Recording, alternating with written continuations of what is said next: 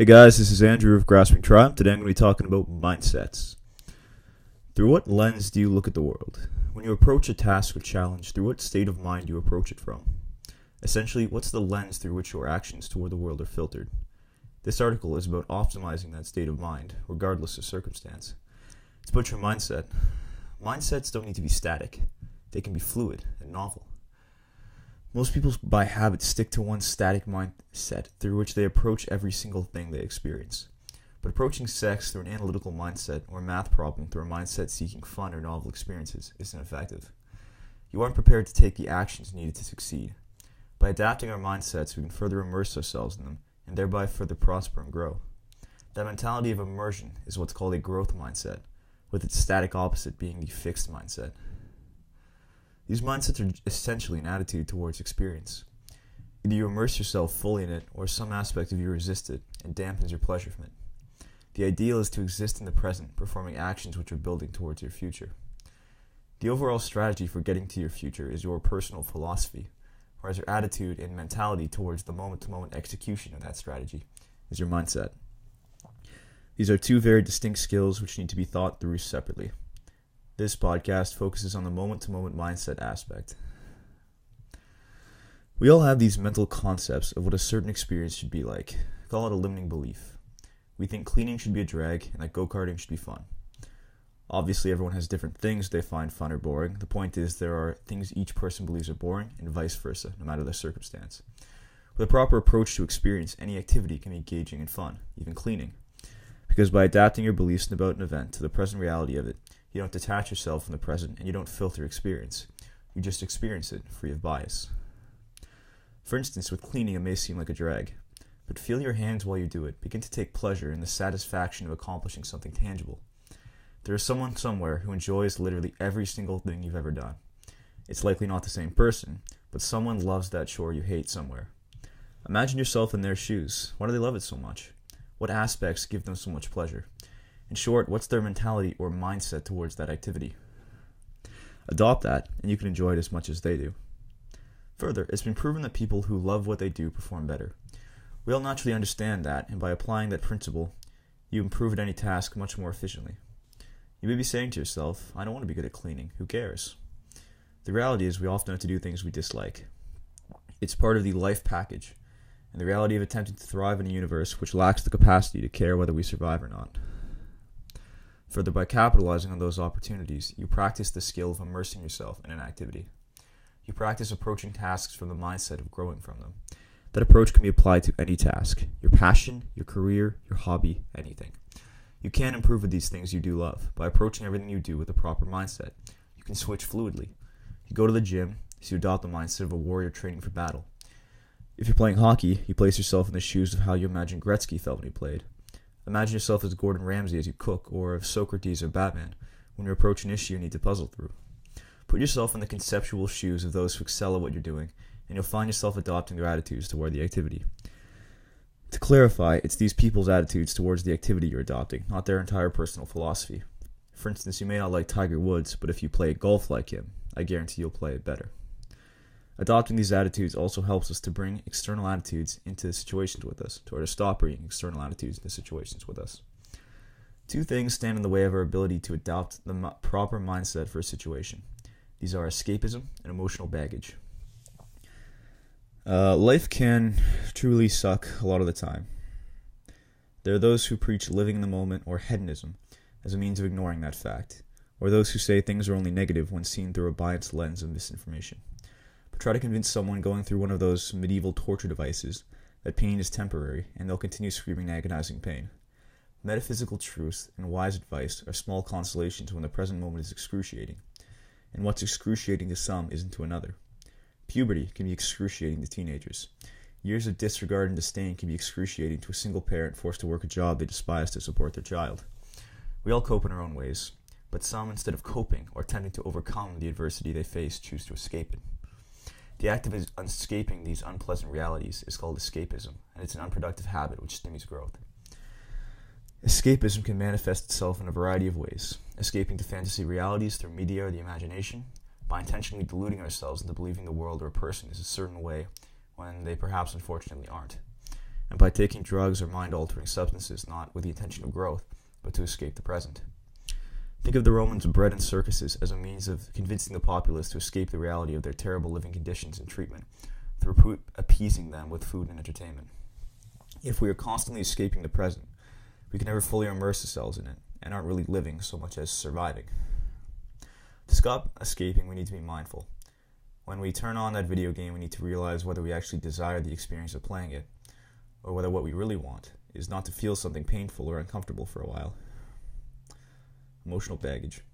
Let's say you just got home from work. Your loving pet comes to greet you, but you're in such a foul mood from a bad day you can't return their affection. This is a small, localized example of what emotional baggage can do to us. Now put this example into the long term. Years and years of bad days at work or other generalized, overwhelmingly negative, cumulative experiences have added up. Or perhaps a single incredibly terrible event, like a breakup, has left a deep scar. Either way, since we are the sum of our experiences, these experiences have shaped us into something we don't want to be. Something closed off in the world and negative, something that dislikes itself but escapes that reality, usually by blaming others. We're the victims of our past, and we subconsciously refuse to let their stranglehold go. The emotions are too complex and unwieldy to manage. Every experience, every moment, we are weighed down by the heft of this emotional baggage. Carrying all this baggage around prevents our consciousness from soaring in the present moment and being fully immersed in our present activities. To fully adopt the mindset of the present moment, we need to free ourselves of these bonds by actively identifying them, understanding their cause and their impacts in our lives, and then releasing them by embracing the growth they fostered in our having fought them, and freeing the judgment we have of their cause, which stems from our insecurities. Let's talk about Wim Hof, the Iceman. He is a holder of 20 Guinness World Records for withstanding extreme temperatures. He climbed to Mount Everest in his shorts and shoes. He ran a full marathon in the desert without food or water. He and his students have shown in a scientific study that they can consciously control their immune systems. The Wim Hof method is essentially just a breathing exercise and a mindset. The breathing prepares your body for the harsh stimulus, like the cold or heat, but it's the mindset one learns with their breath as a channel that gives them the ability to overcome their apparent natural limitations. This begs the question, what else can we accomplish were we not limited by our beliefs about it? I believe the answer is significantly more. By bringing our poorly structured biases into our experiences, we limit the amount of growth we can take from them. We do this constantly. Waiting in line, we ignore our surroundings to focus on the cyclical whirl of our problems for past emotions and tentative future plans. There are other humans around us we can connect to. There are details and mysteries surrounding us that we cut ourselves off from. There's a whole world of experience we often miss because we don't fully accept reality. The appropriate fix for this is what I'll call the archetype method. I believe we all intrinsically know the most effective way to act in a given circumstance. We all have the capacity to be smooth, sexy, inventive, engaging, humorous, or any other trait you care to imagine. But because we believe we are a certain way, we don't express that aspect of ourselves. For example, someone who firmly believes, I am an accountant, will express that belief through their parenting, their hobbies, through all the activities they undertake. Their mindset is fixed.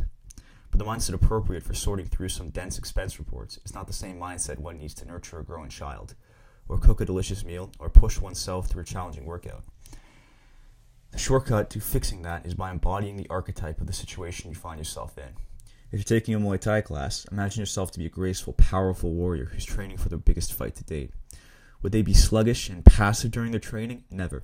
They'd extract every ounce of effort they could from their body in an effort to improve and conquer. While adopting that mindset may not improve your inherent skill level, what it will do is encourage you to improve and shape your improvement in such a way that you maximize its efficiency. You'll do the right things needed to grow at a pace that maximizes growth. There is, of course, a negative side to this skill. One can imagine themselves to be a villain of some kind. They can commit their crime and then tell themselves the story, it wasn't me, to eject the guilt from them. I call that partitioning, and it's incorrect thinking. A holistic and accurate picture of ourselves includes all these undiscovered latent aspects, including our misdeeds. The archetype approach will bring these to your conscious awareness. It'll show you all the things you've always been capable of, like Socrates and Meno's slave. So if someone does commit that crime, it's only because they've been repressing their desire to commit that crime up until that point. We all have aspects of ourselves we'd rather not bring to the surface. You can read more about that in the book Iron John by Robert Bly. But rather than trying to escape them, it's far healthier to accept ourselves as we truly are without the static idea of our capabilities, and instead to express that latent aspect in constructive ways. Say if you have latent violent urges, you could take them out through martial arts training. Or if you feel confined and need to vent, you can go hiking or exploring. Carol Dweck first discussed the growth mindset in her book, Mindset, the New Psychology of Success. She explains in the video that there are two mindsets people can approach life with, a growth mindset or a fixed mindset. As this summary explains, those who have a growth mindset believe that intelligence can be improved, that our abilities aren't static, and that effort is always worthwhile, even if the results aren't immediately tangible. Fixed mindset holders believe the opposite, and thus adopt attitudes of apathy, as they believe that their efforts won't be fruitful and that others' success will always overshadow them. These people often escape from their realities, which they think can't ever improve.